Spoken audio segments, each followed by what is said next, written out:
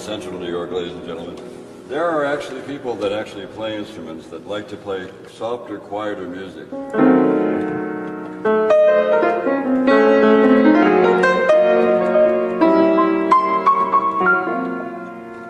And dinner music is always a nice thing. You're having a lot of dinner lately in Central New York, aren't you?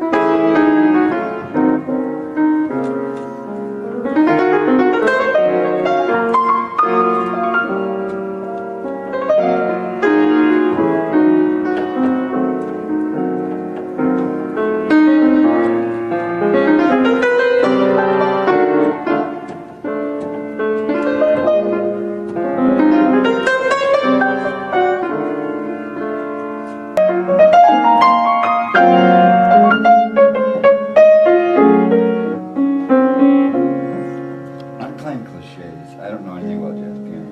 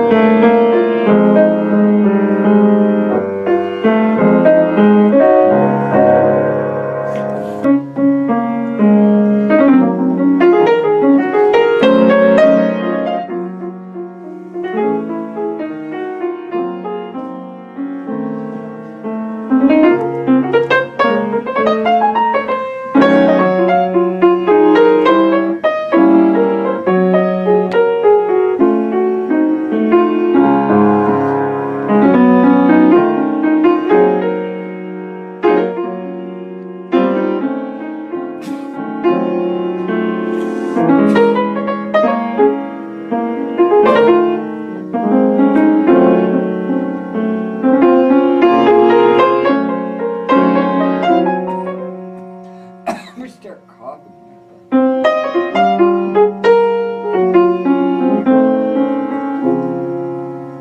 But anyway, you're really busy with school. I'm really sorry. Yeah, I have class at 2:30. You do? At Yeah, 2:30, and it's 2 o'clock right now, so we have 10 more minutes. Okay.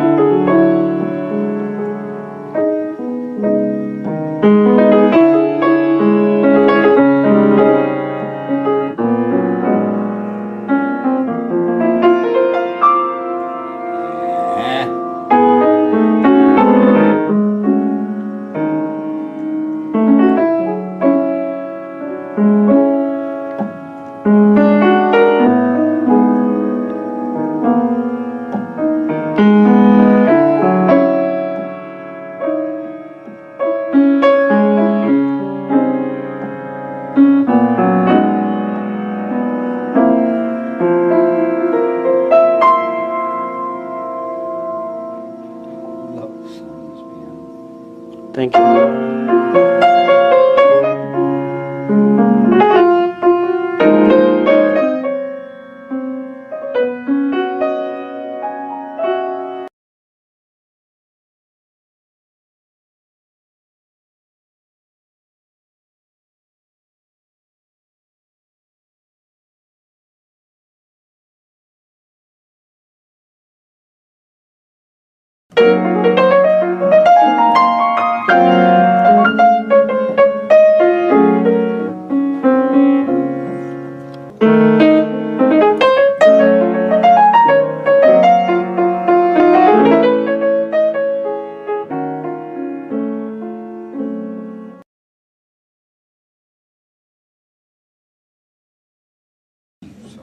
And I'm playing at a party, by the way. I didn't tell you about that. I just got that in the last couple of days. Am I invited?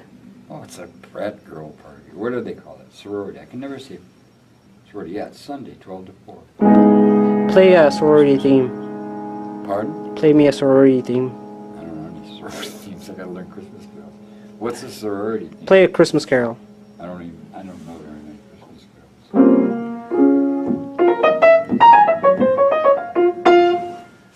Here's another thing.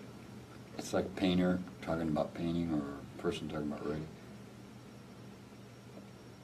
Piano is such a physical thing, and it just feels so beautiful, and the sound and the tone is that's my problem. I don't sit down and learn the Ballade in G minor by Chopin. I just love the sound.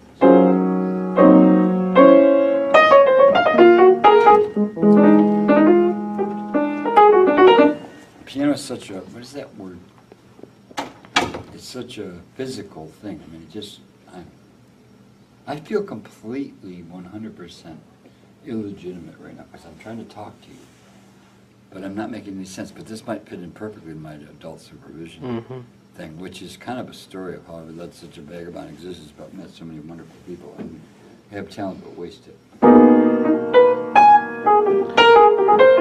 My story is really simple, dude. About 6.5 years ago, my best friend in the world that I talked to about real things in the real world that I've known since 1976 passed away. I was out in Arizona, and I was on my way to see him, and he died.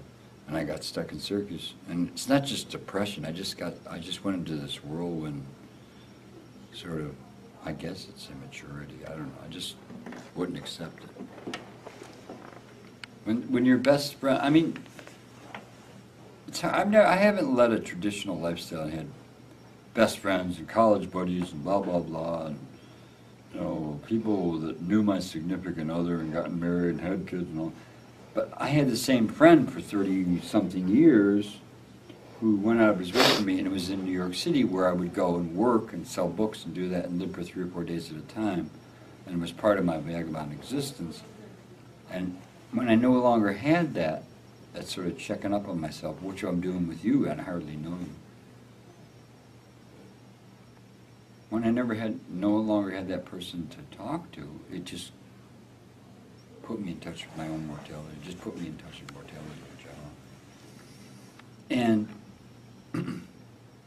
it sounds like a very, what's it called?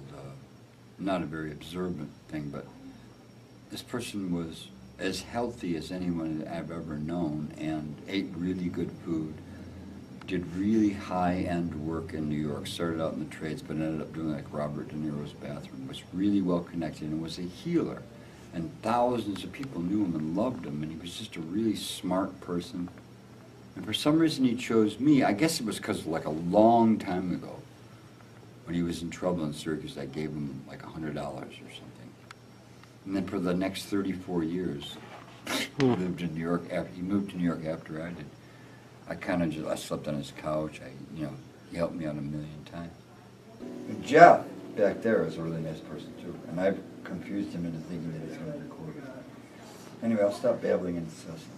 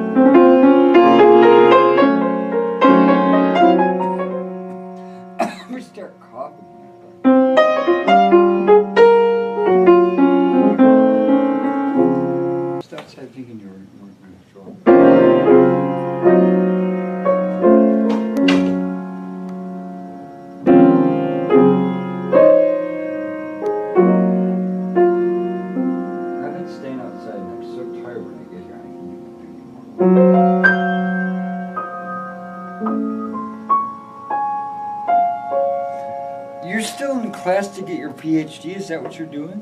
Something like that. Oh. But you dropped out, I thought. I dropped out of pharmacy school. But wait, they don't mix, do they? They don't. Apparently, better living through drugs is my problem. I don't take drugs. I should take drugs. Like, I'm going to play an actual piece that I wrote.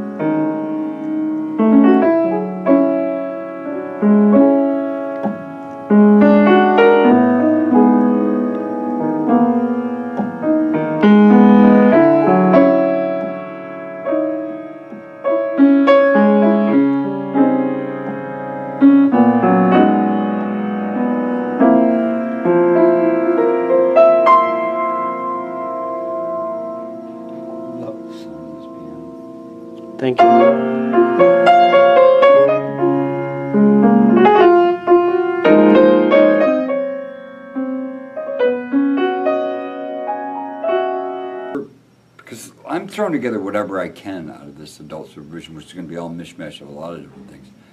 But what's the deal with your storyboard or A movie? film? You were going to do a movie? Yeah, I'm making a film about Athens. Are you really? Yes. Seriously. I thought it was more about. We talked about it when I was using your computer and I was at your house that time. I thought it was more about America or something. I can't remember. Well, it's about gentrification. Well, Which is housing situation, exactly, yeah. which is economic segregation, and That's I'm trying to. what happened in New York when I lived there, in Soho, in Brazil, in every place that I've ever lived. No, I'm trying to contextualize it in America by saying this is not just an Athens problem, Oh, not at all. but obviously when you're telling a story, it helps if you keep it neat, nice and neat about one area. So my main focus is East Athens. Have you seen the film The End of Poverty? It's on YouTube. It's a really long film. It talks about everything that happened since 1492. And the way the United States is set up. This is supposed to be the pinnacle of, New Perfect America, living, all that stuff. My problem is, because of the lifestyle I've lived, I know lots of people that are professional, successful, blah, blah, blah. And they always talk in terms of these grand themes about the world, but they're so entrenched in that make the perfect whatever, house, home, children, da-da-da, that I can't justify the means. I don't know. I've just always, I guess I didn't live like a vagabond to be bohemian. I just, since I was 16, felt that way. I just don't feel attached to like. So how long have you lived in Athens? I haven't really lived here in like 5.5 years when Roger died. But I hadn't been here. I was here from like 89 to like 96 or so. But I was working as a stagehand a lot of Atlanta here, on the road with different shows, and coming to Atlanta since I've been a kid. Coming to Atlanta and New Orleans and the South since 1974. But as far as living in Athens, actually living here, I didn't really move here. I came to see a girl from New Orleans. I mean, that I met in New Orleans in a parade.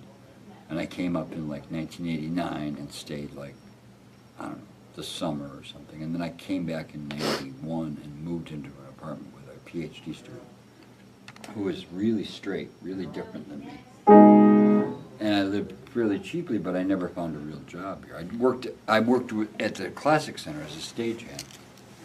And I started playing music again at 31, which got me into playing piano again, which is what I wanted to do anyway. But when I was in college and when I was in high school, I used to improvise on the piano all the time, and I never became a real piano player, whatever that means.